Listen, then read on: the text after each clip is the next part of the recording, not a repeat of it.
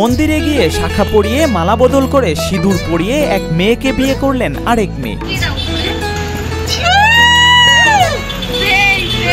Hanta কালীবাড়ি মন্দিরে poppy মণ্ডল বিয়ে করলেন তারই বান্ধবী প্রতিমা বিশ্বাসকে। বিয়ে করলাম কাকে?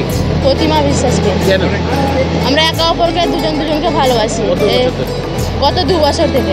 মোবাইলে পরিচয় হয় দুই তরুণীর, পরিচয় থেকে বন্ধুত্ব, এরপর সম্পর্ক গড়ায় প্রেমের দিকে। তারা বুঝতে পারেন একজন আরেকজনকে ছাড়া থাকতে পারবেন না। বিষয়টি তারা তাদের পরিবারকেও জানায়। মেয়ে আরেক মেয়েকে বিয়ে করতে চায়, এমনটা শোনার পর আকাশ ভেঙে পড়ে অভিভাবকদের মাথায়। সাফ না করে দেন অভিভাবকরা। পরে বাধ্য হয়ে ঘর ছেড়ে পালিয়ে মন্দিরে এসে বিয়ে করেন পপি ও প্রতিমা। তোমার বাড়ির লোককে জানিয়েছিলেন? হ্যাঁ জানিয়েছি, কিন্তু আমাদেরকে মেনে নেবে না। বলছে মেনে নেবে? হ্যাঁ মেনে নেবে না আমাদেরকে, তাই আমরা সিদ্ধান্ত নিলাম পালিয়ে যাবো। হ্যাঁ বাড়িতে জানিয়েছিলাম, অনেকভাবে বুঝিয়েছিলাম, অনেক রকম বলেছিলাম যে আমরা বিয়ে না করলেও বন্ধুত্ব হিসাবে একে অপরের পাশে থাকতে আমরা কোনোদিন বিয়ে করবো না। কিন্তু বাড়ির লোক এটা কোনোভাবে মানবে না, বন্ধুত্বটাকে মেনে নিচ্ছে না, তাই বাধ্য হয়ে আজকে বিয়ে করলাম।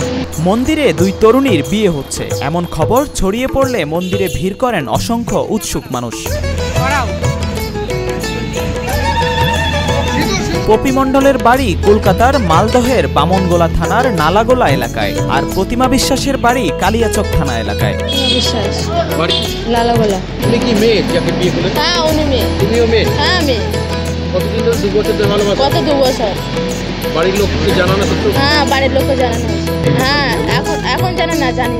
পপি মণ্ডল বিয়ে পড়ছেন, অন্যদিকে দ্বাদশ শ্রেণীতে পড়েন প্রতিমা বিশ্বাস। বেশ কয়েক বছর ধরে তাদের মাঝে প্রেমের সম্পর্ক বলে দাবি করেন তারা। কোনো ধরনের সামাজিক বা পারিবারিক ভয় তাদের মধ্যে নেই বলেও উল্লেখ করেন, বরং বিয়ের মাধ্যমে ভালোবাসারই জয় হয়েছে বলে মনে করেন এই দুই তরুণী। হ্যাঁ পড়াশোনা করি। 12 হ্যাঁ পড়াশোনা করি, বিএ ফার্স্ট ইয়ার। হ্যাঁ এখন তো পৃথিবীতে তো কাজের অভাব নেই, শপিং মল আছে, অনেক কোম্পানি আছে। যেহেতু আমি পড়াশোনা করেছি, শিক্ষিত, কোনো না কোনো কাজ করে চালাতে পারবো। ঘর ছেড়ে চলে এসেছেন, আবার পড়ালেখা করছেন বলে সংসার চলবে কিভাবে, এমন প্রশ্নেও বিচলিত নন তারা। পপি জানান আপাতত কোনো একটা হোটেল ভাড়া করে থাকবেন, তারপর ঘর ভাড়া নেবেন, আর এত বড় দুনিয়ায় কাজের কোনো অভাব হবে না। ঠিকই কিছু না কিছু করে ফেলবেন বলে আত্মবিশ্বাসও রয়েছে পপির। এখন যাবে কোথায়? যে বিয়ে করলে রাত্রিবেলা? হ্যাঁ ভাড়া বাড়িতে থাকবো। এখন থাকবো কোনো না কোনো হোটেলে, ভাড়া বাড়ি ব্যবস্থা তো হবেই। এত বড় একটা দুনিয়া আছে যে ব্যবস্থা হবে না, সেটা কোনো ব্যবস্থা হবে।